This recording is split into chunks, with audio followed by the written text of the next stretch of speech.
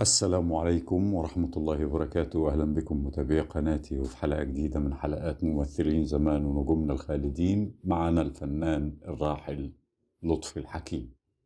لطفي الحكيم ممثل مصري مواليد 1901.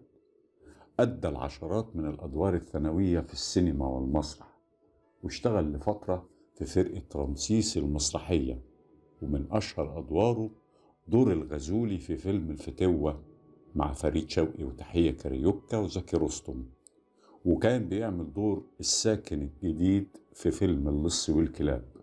ومن أبرز أعماله أيضا فيلم دعاء الكروان وحسن ونعيمة وعلي بابا والأربعين حرامي.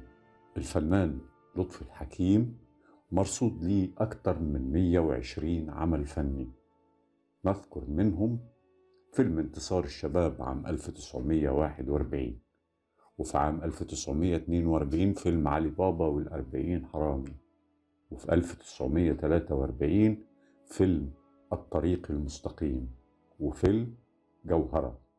أما في عام 1944 فشارك في فيلم رصاصة في القلب وفيلم شهداء الغرام.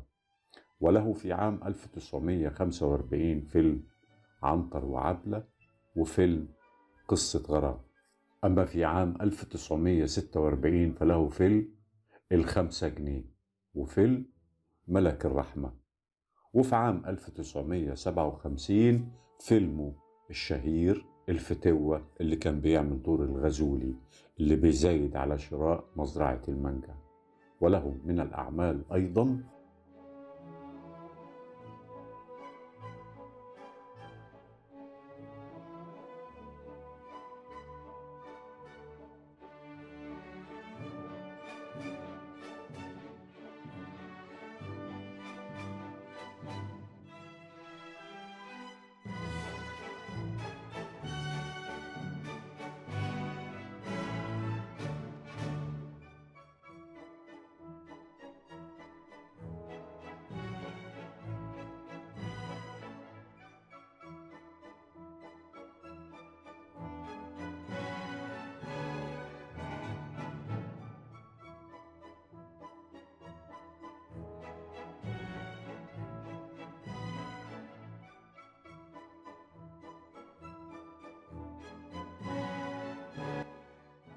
الفنان الراحل لطفي الحكيم كان مواليد 3 سبتمبر عام 1901، وتوفي في 11 أغسطس عام 1982.